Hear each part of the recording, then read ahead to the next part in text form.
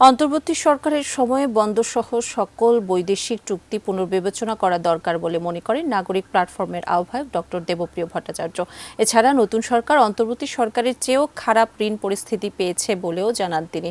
সকালে রাজধানীর ব্র্যাক সেন্টারে নাগরিক প্ল্যাটফর্মের পর্যালোচনায় একথা বলেন তিনি। মাহাদি সেকেন্দারের রিপোর্ট।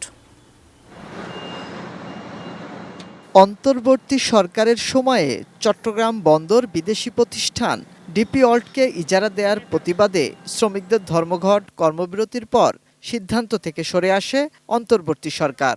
তবে পানগাঁও সহ কয়েকটি বন্দর বিদেশি প্রতিষ্ঠানের সাথে ইজারা চুক্তি করেছে সরকার। এলডিসি উত্তরণকে মাথায় রেখে একইভাবে জাপান যুক্তরাষ্ট্রের সঙ্গে বাণিজ্য চুক্তিসহ বিদেশি চুক্তির বিষয়ে নতুন করে পুনর্বিবেচনা দরকার বলে মনে করে এসডিজি বাস্তবায়নে নাগরিক প্ল্যাটফর্ম। সেই সমস্ত বৈদেশিক চুক্তি শুধু মার্কিন যুক্তরাষ্ট্রের সাথে হয়নি, শুধুমাত্র আমাদের বন্দর দিয়ে দেওয়ার জন্য হয়নি, আরও অন্যান্য ক্ষেত্রেও হয়েছে যেগুলি হয়তো আমরা এখনো অবহিত না। সেহেতু এই সমস্ত বৈদেশিক চুক্তিগুলোকেও আবার পুনর্বিবেচনা করা উচিত। কোয়ালিটি সম্পন্ন আন্তর্জাতিক মানের still bar CSRM, committed for better still.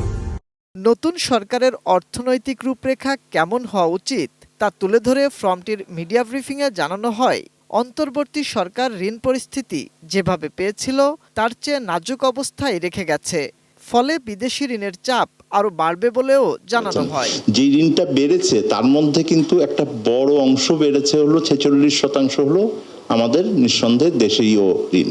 অনেকে বলেন যে আমার মুদ্রার মান কমে যাওয়ার কারণে হয়তো বেড়েছে। আসলে সত্যিকার অর্থ হলো এর মধ্যে মাত্র 12% যে আছে, এই বৃদ্ধিটা হলো আমার সেই মুদ্রার মূল্যমান হারানোর জন্য।